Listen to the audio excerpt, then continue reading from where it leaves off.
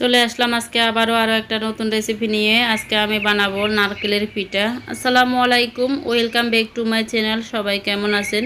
আশা করছি সবাই ভালো আছেন, সুস্থ আছেন।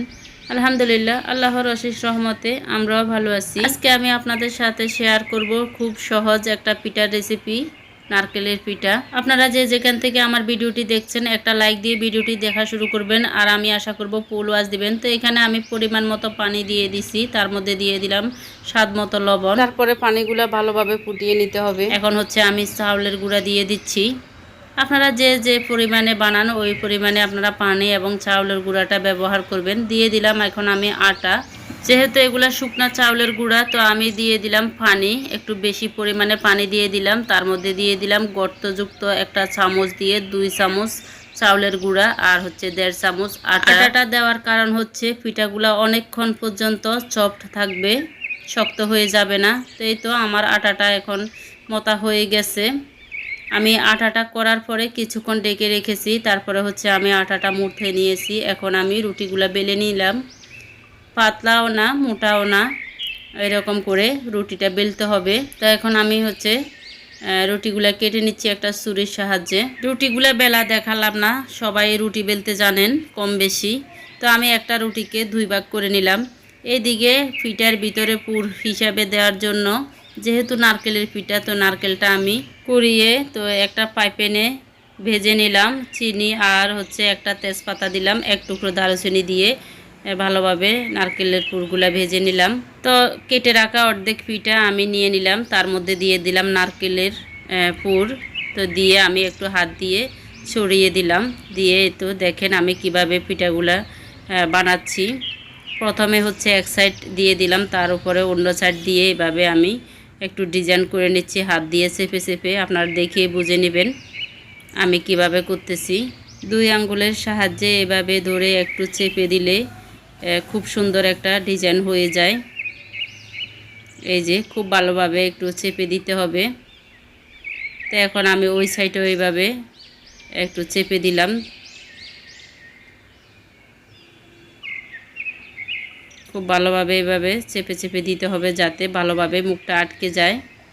তো এখন হচ্ছে আমি কেটে নিচ্ছি। পিঠাগুলা কাটার মতো আমার কাছে কোনো কিছু নাই, সেজন্য আমি ছুরির সাহায্যে কেটে নিচ্ছি। তো আমার একটা পিঠা বানানো হয়ে গেছে। এখন আমি আপনাদের বোঝার সুবিধার্থে আরও একটা পিঠা এভাবে বানিয়ে দেখাচ্ছি। সেমভাবে আমি নারকেল দিয়ে দিলাম আর হাত দিয়ে একটু ছড়িয়ে দিলাম নারকেলগুলা। নারকেলের পুরগুলা পিঠার মাঝ বরাবর দিয়ে হাত দিয়ে একটু ছড়িয়ে দিলাম। তারপরে হচ্ছে পিঠার এক সাইড নারকেলের উপরে দিয়ে পরে অন্য সাইডও দিয়ে দিলাম।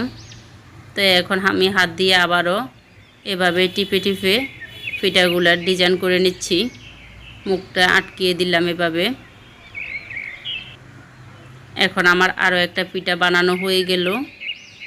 আশা করছি আপনারা দেখে বুঝে নেবেন। এ পর্যন্ত কেউ আছেন কিনা জানি না, যদি থেকে থাকেন অসংখ্য ধন্যবাদ ভিডিওটি দেখার জন্য। তো এইভাবে সবগুলা পিঠা আমি বানিয়ে নিব। কিছু পিঠা আমি অন্য ডিজাইন করে বানিয়েছি, সেটা আর আপনাদের সাথে শেয়ার করা হয় নাই। সবগুলা শেয়ার করতে গেলে দেখা যায় যে ভিডিওটি অনেক বড় হয়ে যায়। তো আমি একটা পাইপেনে তেল দিয়ে এখন আমি পিঠাগুলা ভেজে নিচ্ছি। তেলগুলা গরম হয়ে আসতে দিয়ে দিলাম পিঠাগুলা। আমি মিডিয়াম আঁচে পিঠাগুলা ভেজে নিচ্ছি। এভাবে আমি সবগুলা পিঠা ভেজে নেব। আপনারা যারা আজকে নতুন আমার চ্যানেলটি ভিজিট করছেন, আমার রেসিপিটি ভালো লাগলে চাইলে আমার চ্যানেলটি সাবস্ক্রাইব করে আমার পাশে থেকে যেতে পারেন। যারা ফেসবুক থেকে দেখছেন, আমার রেসিপিটি ভালো লাগলে চাইলে পেজটি ফলো দিয়ে আমার পাশে থেকে যেতে পারেন। আর অলরেডি যারা ফলো সাবস্ক্রাইব করে দিয়েছেন তাদেরকে অসংখ্য ধন্যবাদ ও মন থেকে জানাই অনেক ভালোবাসা। তা আমার রেসিপিটি আপনাদের কাছে কেমন লেগেছে আমাকে কমেন্ট করে জানাতে ভুলবেন না। এভাবে করে আমি সবগুলা পিঠা ভেজে নিচ্ছি। ভিডিওর নিচে কেউ স্প্যাম কমেন্ট করবেন না। বন্ধু করেছি 24 ঘন্টা পর আপনিও আসবেন, পাশে আসি, পাশে থাকবেন, এই ধরনের কমেন্টগুলা কিন্তু স্প্যাম কমেন্ট। এই কমেন্টগুলা করলে আপনার আমার দুজনের চ্যানেলেরই ক্ষতি হবে। তো এই তো আমার সবগুলা পিঠা ভাজা হয়ে গেছে। আমরা যখন ছোট ছিলাম তখন দেখতাম যে এই পিঠাগুলা খুব বেশি বানানো হতো আমাদের বাসায়। মা চাচিরা বানাতো, খুবই ভালো লাগতো খেতে। দেখেন আমি একটা পিঠা এখন ছিঁড়ে দেখালাম আপনাদেরকে। এখন কিন্তু এই পিঠাগুলা খুব কম বানানো হয়।